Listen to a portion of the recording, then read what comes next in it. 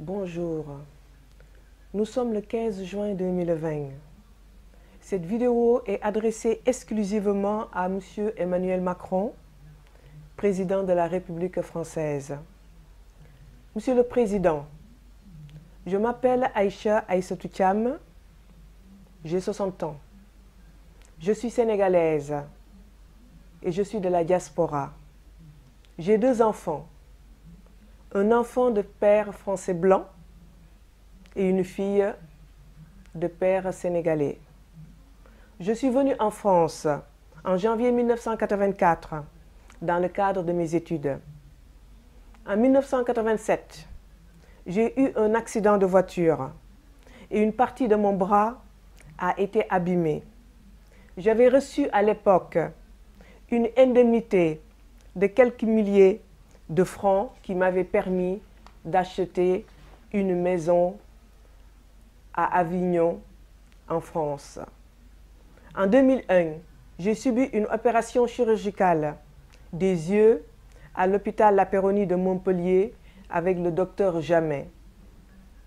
À mon insu, sans mon consentement, il a inséré une puce électronique dans mon corps lors de cette opération chirurgicale. De 2001 à 2007, j'ai vécu normalement, comme tout un chacun, sans me douter qu'une chose aussi horrible pouvait exister dans ce monde. Une puce électronique a une antenne et est reliée aux ordinateurs des militaires ou des services secrets français qui activent cette puce électronique à l'aide d'ondes électromagnétiques. Le rôle de la puce électronique que j'ai dans le corps est, entre autres, de m'empêcher de dormir. Vos militaires ont mon sommeil en main. Je dois dormir que quand ils le désirent. En 2007, vos militaires avaient décidé de sortir de l'ombre et de me montrer que j'étais un individu ciblé, un cobaye humain qui avait une puce électronique dans le corps et que mon sommeil ne m'appartenait plus. Mon sommeil leur appartenait. Comme dans une guerre, vos militaires venaient de conquérir un nouveau territoire avec mon sommeil. À partir de ce moment, j'étais devenu du gibier pour eux. Ils étaient les chasseurs et j'étais leur petite proie, à l'image d'une gazelle, sans défense, face à des chasseurs armés jusqu'aux dents.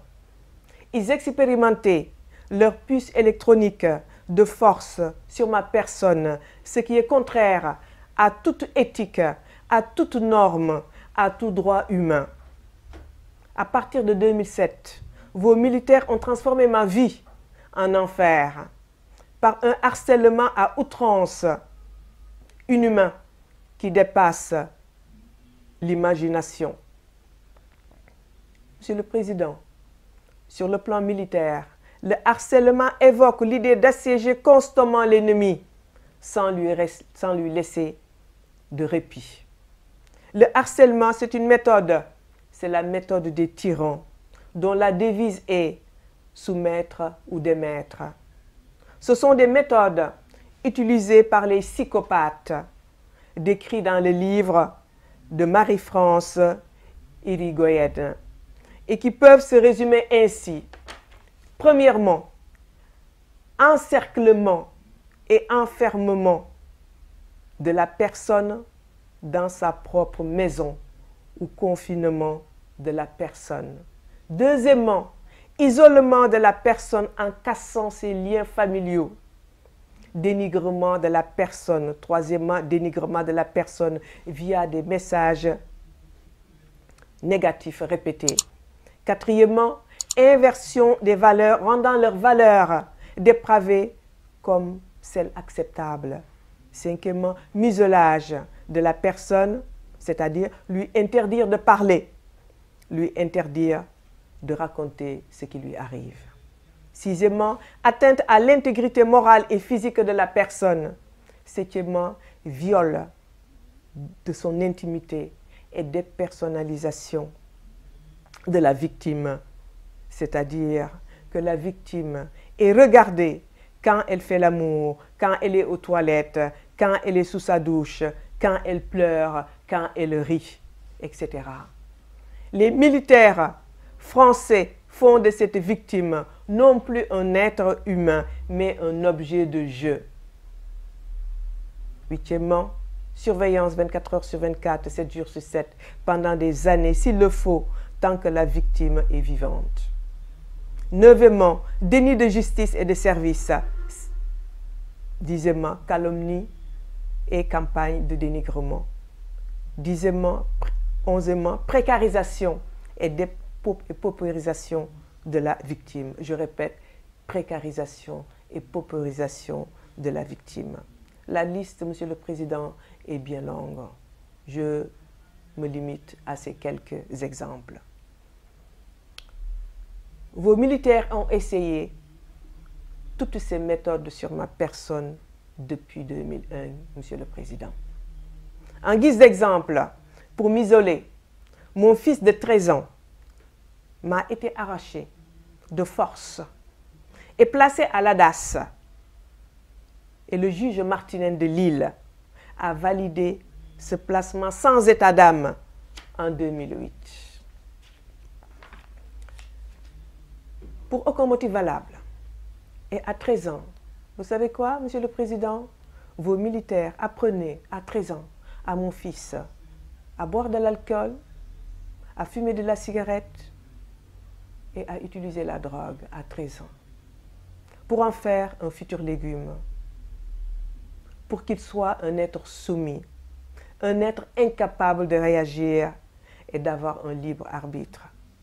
Ils m'ont aussi empêché d'étudier, de travailler, de mener une vie normale pendant des années pour leur servir uniquement de cobaye humain car je leur appartenais. Ils se mettaient dans leur tête que j'étais un objet et que je leur appartenais pour qu'ils puissent faire leurs expériences sur ma personne. Et pour me décrédibiliser devant l'opinion, ils n'ont pas hésité à me donner des médicaments pour me rendre folle. Et je me cachais, heureusement, que j'avais cette présence d'esprit. Je me cachais pour ne pas avaler ces médicaments. Et pendant très longtemps, ça s'est produit.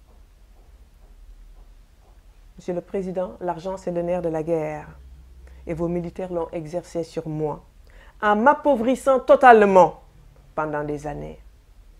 Et pour couronner le tout, ma maison à Avignon vient d'être vendue en septembre 2019 par vos propres militaires.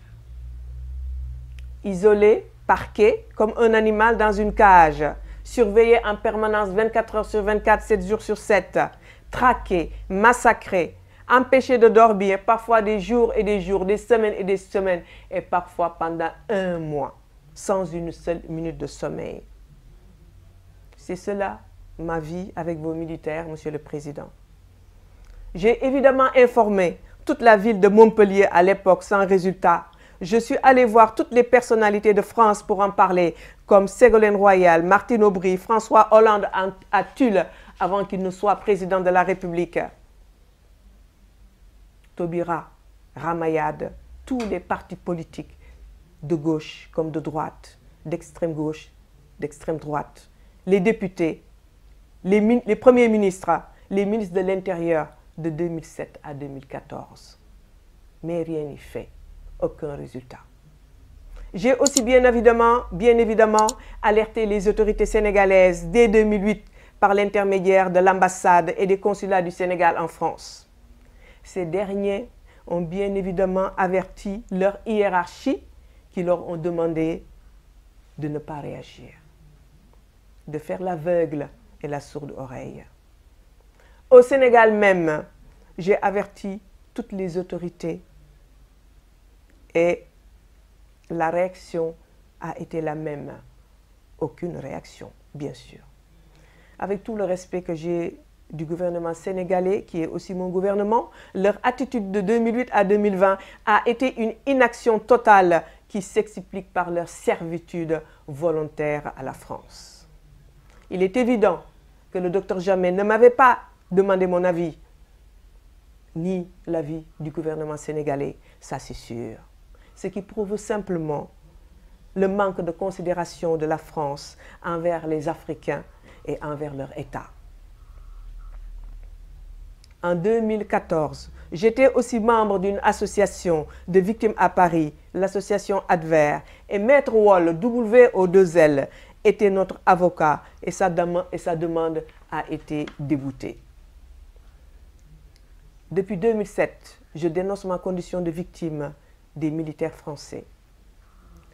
Maintenant, Monsieur le Président, à ma grande surprise, en 2020, vous comptez instaurer le nouvel ordre mondial en généralisant l'implantation de puces électroniques à toute la population de la planète.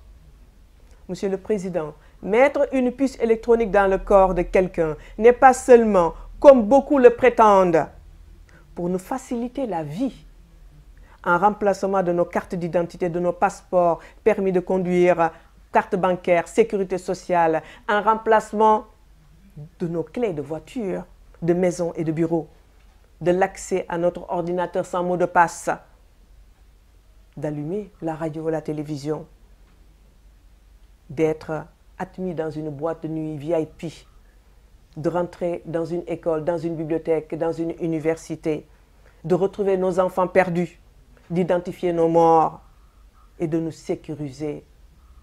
Ce sont les premières étapes qu'on nous vend pour que nous acceptions cette puce électronique. Mais ce n'est pas aussi seulement pour nous opérer à distance ou d'améliorer nos santé comme on prétend. Aaron Russo, A-A-R-O-N-R-U-2-S-O, militant politique, a dénoncé les dérives totalitaires de la politique américaine et il a été assassiné 6 mois plus tard, après ces révélations. Aaron Russo raconte que la puce électronique sera aussi un moyen de paiement rapide et tout l'argent d'un individu sera numérisé dans sa puce et à long terme, l'argent liquide disparaîtra. L'administration pourra prélever digitalement sur la puce les impôts, les factures et tout ce qu'ils veulent. Et si l'individu proteste par hasard, l'administration éteignera simplement la puce et la personne ne pourra ni acheter, ni vendre, ni manger, ni boire. Monsieur le Président, c'est cela le nouvel ordre mondial. Le contrôle total, l'esclavage, la servitude. Et c'est ce nouvel ordre mondial que vous nous avez annoncé il n'y a pas très longtemps. Une puce électronique dans le corps d'un individu permet aussi à distance de modifier les hormones et, j'en sais quelque chose, comme l'hormone du sommeil, d'augmenter la température du corps de façon excessive, de créer des brûlures sur tout le corps, de créer des toux excessifs jusqu'à vomissement, de manipuler le foie, le cœur, les reins, le sexe, etc. de quelqu'un. De parler dans la tête des gens, comme le V2K ou Voice to Call. De manipuler les humeurs et les émotions, en somme, un petit Dieu au-dessus de votre tête, une main invisible qui vous manipule à distance et vous n'y pouvez rien. La puce électronique et le nouvel ordre mondial constituent une avancée technologique jamais égalée, mais aussi une abomination humaine, la plus grande qui soit depuis 10 000 ans. C'est une guerre militaire, non plus contre les peuples, pour s'accaparer de leurs richesses et de leurs biens. C'est une guerre militaire contre vos propres peuples, Monsieur le Président. Et des scientifiques, des chercheurs en parlent depuis des années. Nous sommes au summum de la barbarie avec le nouvel ordre mondial. Barbarie, barbare, cela doit vous rappeler quelque chose, Monsieur le Président. C'est l'origine même de l'Occident. Et la guerre, comme une fin en soi pour les peuples barbares. La guerre pour piller les autres, pour les détruire, les aliéner. La guerre pour des crimes de masse. La guerre pour dominer. La guerre pour être au sommet du firmament, mais aussi la guerre pour descendre de ce firmament et s'anéantir avec vos armes de destruction massive. Monsieur le Président, avec toute l'intelligence de l'Occident aujourd'hui, les hommes auraient pu trouver d'autres stratégies de vie que la guerre pour s'accaparer des richesses des autres. Et l'Occident n'est jamais sorti de cette optique de guerre. 1% de la population mondiale détient plus de 60% des richesses de ce monde, avec un capitalisme sauvage et un égoïsme sans limite. Ces 1% veulent gérer à leur manière 99% de la population. Monsieur Macron, la population française ne vous a pas élu pour que vous soyez un gouverneur de Bill Gates et des Rockefeller et consorts. Au cas où le peuple français accepte votre dictat, par ignorance, sachez que votre projet ne durera jamais longtemps. Les populations européennes ne se laisseront jamais amener à l'abattoir docilement sans réagir. Sodome et Gomorrhe n'est plus, l'Empire romain n'est plus. Un jour, vous ne serez plus là non plus. La seule chose que l'on retiendra avec le nouvel ordre mondial, si ça réussit comme vous le voulez, c'est ceci. Ils étaient des barbares. Ils ont créé une civilisation de barbares. Un nouvel ordre mondial supra-barbare. De fous furieux, ils ont vécu comme des barbares jusqu'à la fin des temps. C'est tout ce que vous laisserez à la postérité. Je vais conclure par ceci, Monsieur le Président. J'accuse vos militaires de m'avoir mis une puce électronique en 2001 à l'hôpital La Péronie de Montpellier avec le docteur Jamet. J'accuse vos militaires d'avoir utilisé mon corps de 2001 à 2020 pour expérimenter cette puce électronique, à savoir manipuler mon sommeil, augmenter la température de mon corps, etc. à distance. J'accuse vos militaires de m'avoir harcelé pendant des années en me mettant dans une situation de pauvreté extrême pour me museler et me discréditer. J'accuse vos militaires d'avoir vendu ma maison à Avignon pour en faire leur butin de guerre. J'accuse vos militaires de m'avoir arraché mon fils à 13 ans, de l'avoir détruit et comme moi d'en faire un cobaye humain où il est parqué à Montfavet dans une cage où il ne pourra jamais ressortir. J'accuse vos militaires de se servir aussi de ma fille comme cobaye humain, mariée au Sénégal avec un enfant, pour l'isoler et pour qu'elle leur appartienne. Vos militaires n'ont pas hésité à rendre sourde ma fille, à la faire divorcer et à paralyser les jambes de son mari pour qu'elle ne se remette pas avec lui. Tout est bon pour isoler les victimes et les enfermer dans des cages. Moi, mon fils, ma fille, tous cobayes de vos militaires, je les accuse pour tous ces méfaits. Je les accuse aussi d'avoir tué mon père et son petit frère. Ça fait déjà très longtemps, en 2007, car ces hommes qui pouvaient me venir en aide, ils pouvaient me venir en aide et freiner ainsi les activités de vos militaires. Monsieur le Président, 2001 à 2020, c'est beaucoup. Dites à vos militaires de me laisser maintenant vivre en paix avec ma famille. Dites à vos militaires, Monsieur le Président, de me rendre ma maison ou le prix réel de la vente de cette maison. Monsieur le Président, soyez aussi un De Gaulle de la France en refusant la collaboration comme Pétain.